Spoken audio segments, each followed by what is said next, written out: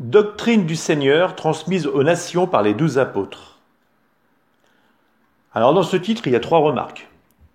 Il fait écho à l'ordre du Seigneur, de toutes les nations faites des disciples, les baptisant, et leur apprenant à observer tout ce que je vous ai prescrit. Le titre ne dit pas que l'écrit qui va suivre a été rédigé par les apôtres, c'est la doctrine, l'enseignement qu'ils ont transmis qui est exposé.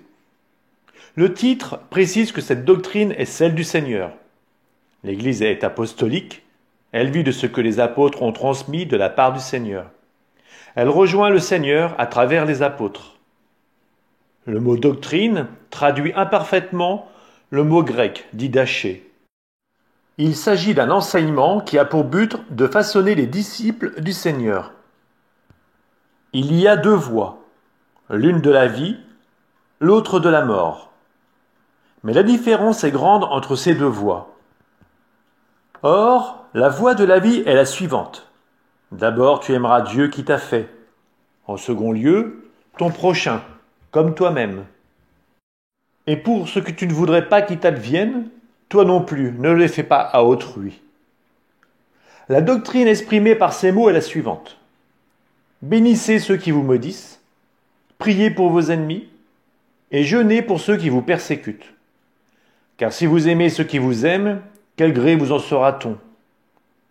Même les païens n'en feront-ils pas autant? Mais vous, aimez ceux qui vous haïssent, et vous n'aurez pas d'ennemis. Abstiens-toi des désirs charnels et corporels. Si quelqu'un te donne un soufflet sur la joue droite, tends-lui aussi l'autre. Et tu seras parfait. Si quelqu'un te requiert pour une course d'1 000, fais-en 2 avec lui. Et si quelqu'un t'enlève ton manteau, donne-lui même ta tunique. Si quelqu'un t'a pris ton bien, ne le réclame pas, car tu ne le peux pas. À quiconque te demande, donne, et ne redemande rien. Le Père veut qu'il soit fait part à tous de ses propres largesses. Bienheureux celui qui donne selon le commandement, car il est irréprochable.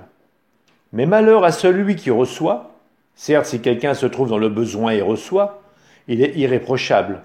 Mais celui qui n'est pas dans le besoin devra rendre compte du motif et du but pour lesquels il a pris. Il sera mis en prison, interrogé sur sa conduite, et il ne sortira pas de là qu'il n'ait payé le dernier sou. Mais il a encore été dit à ce sujet que ton aumône se mouille de la sueur de tes mains, jusqu'à ce que tu saches à qui tu donnes. Deuxième précepte de la doctrine, tu ne tueras pas. Tu ne commettras pas d'adultère. Tu ne séduiras pas de jeunes garçons. Tu ne commettras pas de fornication. Tu ne voleras pas. Tu ne t'adonneras pas à la magie. Tu ne feras pas mourir par le poison. Tu ne tueras point d'enfant. Pas d'avortement ou après la naissance. Tu ne convoiteras pas les biens de ton prochain. Tu ne te parjureras pas. Tu ne porteras pas de faux témoignages. Tu ne tiendras pas de propos médisants. Tu ne garderas pas de rancune, tu n'auras pas de manière de penser ni de parler, car la duplicité du langage est un piège de la mort. Ta parole ne sera pas menteuse, ni vaine, ni remplie d'effets. Tu ne seras pas avide, ni rapace, ni hypocrite, ni méchant, ni orgueilleux. Tu ne formeras pas de mauvais desseins contre ton prochain. Tu ne haïras personne, mais tu corrigeras les uns, tu prieras pour certains, et les autres, tu les aimeras plus que ta propre vie. Mon enfant, fuis tout ce qui est mal et tout ce qui lui est semblable. Ne sois pas irascible, car la colère mène au meurtre. Ne sois ni jaloux, ni querelleur, ni violent, car de tout cela viennent les meurtres. Mon enfant, ne sois pas convoiteux, car la convoitise mène à la fornication. Garde-toi des propos obscènes et des regards effrontés, car tout cela engendre les adultères. Mon enfant, n'observe pas le vol des oiseaux, car cela mène à l'idolâtrie. Garde-toi des incantations, des calculs astrologiques, des purifications magiques. Refuse même de les voir et de les entendre, car tout cela engendre l'idolâtrie. Mon enfant, ne sois pas menteur, car le mensonge mène au vol, ni avide d'argent ou de vaine gloire, car tout cela engendre les vols. Mon enfant, ne sois pas enclin au murmure, car il mène au blasphème. Ne sois ni arrogant ni malveillant, car tout cela engendre les blasphèmes. Mais sois doux, car les doux recevront la terre en héritage. Sois patient, miséricordieux, sans malice, paisible, bon et tremblant aux paroles que tu as entendues. Tu ne t'élèveras pas toi-même, tu ne livreras pas ton âme à l'impudence. Ton âme ne s'attachera pas aux orgueilleux, mais tu fréquenteras les justes et les humbles. Tu accueilleras les contrariétés qui t'adviennent comme autant de biens, sachant que rien n'arrive sans Dieu. Mon enfant, souviens-toi jour et nuit de celui qui te fait entendre la parole de Dieu, et tu le vénéreras comme le Seigneur, car là où sa souveraineté est annoncée, là le Seigneur est présent. Tu rechercheras chaque jour les entretiens des saints, afin de te réconforter de leurs paroles. Tu ne feras pas de dissension, mais tu mettras la paix entre ceux qui se disputent. Tu jugeras avec justice, tu ne feras pas acception de la personne en reprenant les fautes. Tu ne te demanderas pas en doutant si une chose arrivera ou non. Dans la version géorgienne, c'est « Tu ne douteras pas que Dieu jugera tous les hommes selon leurs œuvres. » N'aie pas les mains tendues quand il s'agit de recevoir, mais fermées quand il faut donner.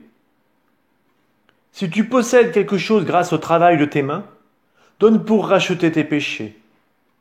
Tu n'hésiteras pas pour donner, mais donne sans murmure.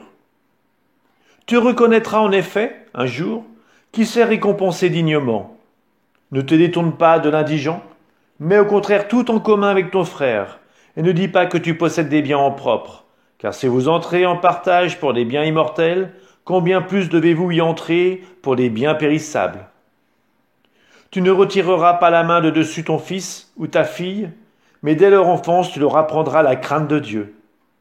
Tu ne commanderas pas avec aigreur à ton esclave ou à ta servante, qui mettent leur espérance dans le même Dieu que toi, de peur qu'ils ne perdent la crainte de Dieu qui est au-dessus des uns et des autres. Car il n'appelle pas en faisant exception des personnes, mais il vient à ceux que l'Esprit a préparés.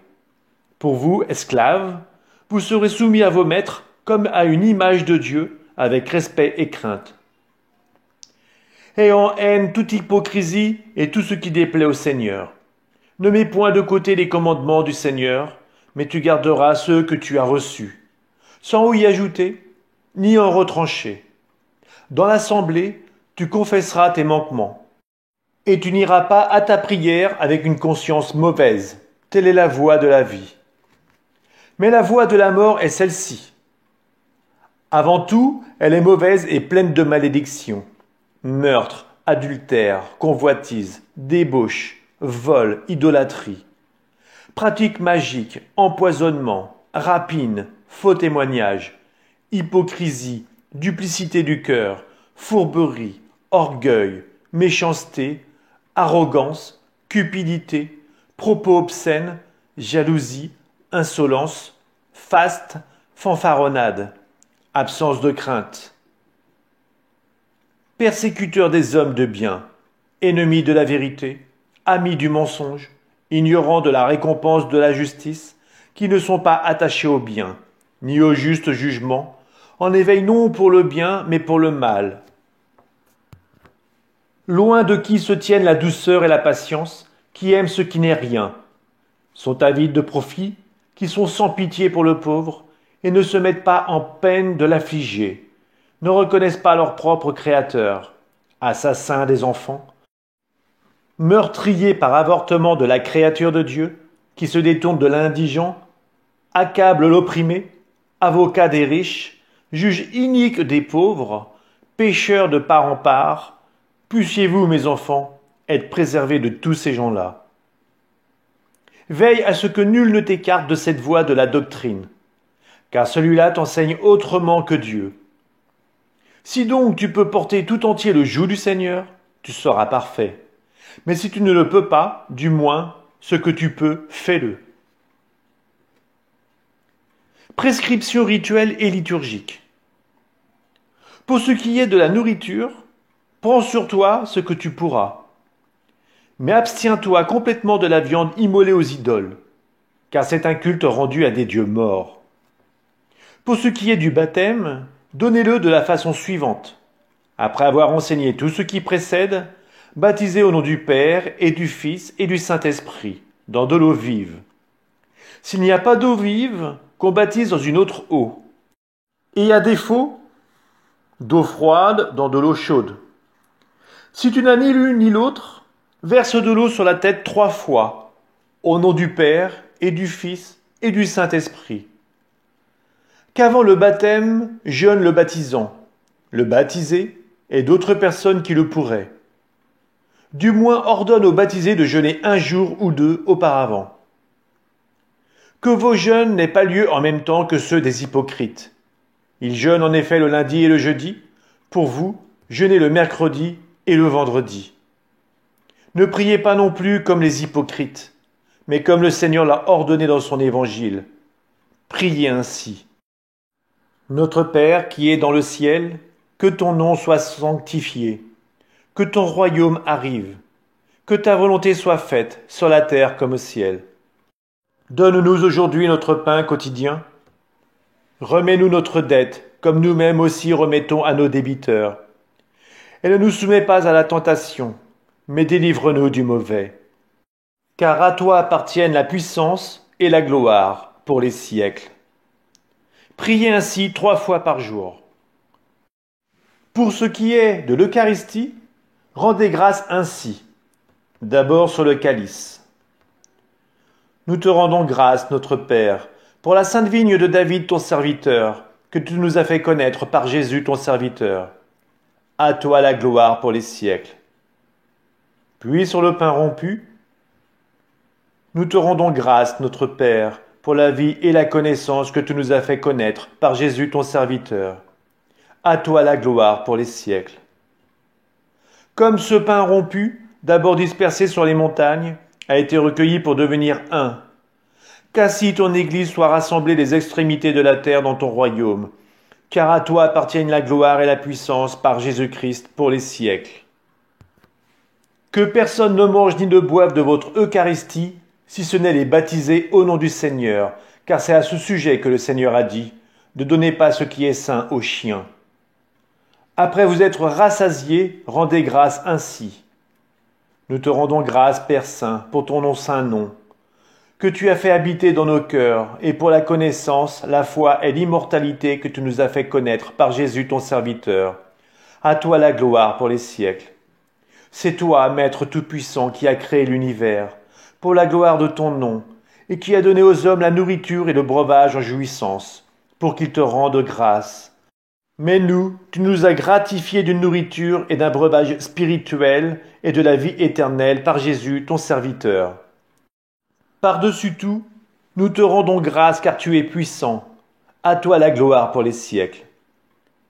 Souviens-toi, Seigneur, de ton Église, pour la préserver de tout mal et la rendre parfaite dans ton amour. Et rassemble-la des 4 vents, cette Église que tu as sanctifiée, dans ton royaume que tu lui as préparé, car à toi appartiennent la puissance et la gloire pour les siècles. Vienne la grâce et que passe ce monde. Hosanna, ô Dieu de David, si quelqu'un est saint, qu'il vienne. Si quelqu'un ne l'est pas, qu'il fasse pénitence. Maranatha. Amen. Laissez les prophètes rendre grâce autant qu'ils veulent. Prescription disciplinaire. Si donc quelqu'un vient à vous et vous enseigne tout ce qui vient d'être dit, recevez-le. Mais si le docteur lui-même s'est perverti et enseigne une autre doctrine en vue de détruire, ne l'écoutez pas. Enseigne-t-il par contre pour accroître la justice et la connaissance du Seigneur, recevez-le comme le Seigneur. Pour ce qui est des apôtres et prophètes, agissez selon le précepte de l'Évangile, de la façon suivante. Que tout apôtre venant chez vous soit reçu comme le Seigneur. Mais il ne restera qu'un seul jour, ou, en cas de besoin, un deuxième. S'il reste 3 jours, c'est un faux prophète. Qu'à son départ, l'apôtre ne reçoive rien, sinon assez de pain pour gagner un gîte. Mais s'il demande de l'argent, c'est un faux prophète. En outre, vous n'éprouverez ni ne mettrez en doute aucun prophète parlant en esprit, car tout péché sera remis, mais ce péché-là ne sera pas remis. Toutefois, Quiconque parle en esprit n'est pas prophète, mais seulement s'il a les façons de vivre du Seigneur. C'est donc d'après leur façon de vivre que l'on discernera le vrai prophète du faux. Ainsi, tout prophète qui ordonne, sous l'inspiration, de dresser une table n'en mange pas, à moins certes qu'il ne soit un faux prophète. Tout prophète qui enseigne la vérité, sans mettre en pratique ce qu'il enseigne, est un faux prophète. En tout prophète éprouvé, véridique, qui pour symboliser le mystère terrestre de l'Église se comporte de façon insolite mais sans enseigner les autres à faire ce que lui-même fait, ne doit pas être jugé par vous, car c'est Dieu qui le jugera. D'ailleurs, les anciens prophètes se comportèrent d'eux-mêmes. Mais quiconque aura dit sous l'inspiration « Donne-moi de l'argent ou quelque autre chose », vous ne l'écouterez pas. Mais s'il aura dit de donner en faveur d'autres indigents, que personne ne le juge. Quiconque vient à vous au nom du Seigneur doit être reçu. Mais ensuite, après l'avoir éprouvé, vous saurez discerner la droite de la gauche. Vous aurez votre jugement. Si celui qui vient à vous n'est que de passage, aidez-le de votre mieux. Mais qu'il ne reste chez vous que 2 ou 3 jours, si c'est nécessaire. S'il veut s'établir chez vous et qu'il soit artisan, qu'il travaille et qu'il se nourrisse. Mais s'il n'a pas de métier, que votre prudence y pourvoie, en sorte qu'un chrétien ne soit pas trouvé oisif chez vous. S'il ne veut pas agir ainsi, c'est un trafiquant du Christ. Gardez-vous des gens de cette sorte. Tout prophète authentique qui veut s'établir chez vous mérite sa nourriture. De même, le docteur authentique mérite lui aussi sa nourriture comme l'ouvrier. Tu prélèveras donc les prémices de tous les produits du pressoir et de l'aire, des bœufs et des brebis, et tu les donneras aux prophètes, car ils sont vos grands prêtres. Et si vous n'avez pas de prophètes, donnez-les aux pauvres. Si tu fais du pain, prélève-en les prémices et donne-les selon le préceptre. De même, si tu ouvres une amphore de vin ou d'huile, prélève les prémices et donne-les aux prophètes. De l'argent, des vêtements et tout, trop bien, prélève les prémices selon ton appréciation et donne-les selon le précepte. Réunissez-vous le jour dominical du Seigneur, rompez le pain et rendez grâce après avoir d'abord confessé vos péchés, afin que votre sacrifice soit pur. Mais celui qui a un différend avec son compagnon ne doit pas se joindre à vous, jusqu'à ce qu'il se soit réconcilié, pour ne pas profaner votre sacrifice. Car telle est la parole du Seigneur. Qu'en tout lieu et en tout temps, on m'offre un sacrifice pur, car je suis un grand roi, dit le Seigneur, et mon nom est redoutable parmi les nations. Ainsi donc, élisez-vous des évêques et des diacres dignes du Seigneur, des hommes doux et désintéressés, véridiques et éprouvés, car eux aussi exercent pour vous le ministère des prophètes et docteurs. Ne les méprisez donc pas, car avec les prophètes et docteurs, ils sont ceux d'entre vous qui sont à l'honneur. Reprenez-vous les uns les autres, non avec colère, mais pacifiquement, comme vous le tenez de l'Évangile. Et si quelqu'un offense son prochain, que personne ne lui parle, qu'il n'entende pas un mot de vous, jusqu'à ce qu'il ait fait pénitence. Pour vos prières, vos aumônes et toutes vos actions, faites-les comme vous le trouvez marqué dans l'Évangile de notre Seigneur. Veillez sur votre vie, ne laissez pas s'éteindre vos lampes, ne laissez pas se détendre la ceinture de vos reins, mais soyez prêts, car vous ne savez pas l'heure à laquelle il viendra, notre Seigneur. Assemblez-vous fréquemment pour rechercher ce qui intéresse vos âmes, car tout le temps de votre foi ne vous servira de rien si vous n'êtes pas devenu parfait au dernier moment. Au dernier jour, les faux prophètes et les corrupteurs se multiplieront, les brebis se changeront en loups, et l'amour se changera en haine. Car à la suite du progrès de l'iniquité, les hommes se haïront les uns les autres, ils se poursuivront, ils se trahiront, et alors paraîtra le séducteur du monde, se donnant pour le Fils de Dieu, et il fera des signes et des prodiges.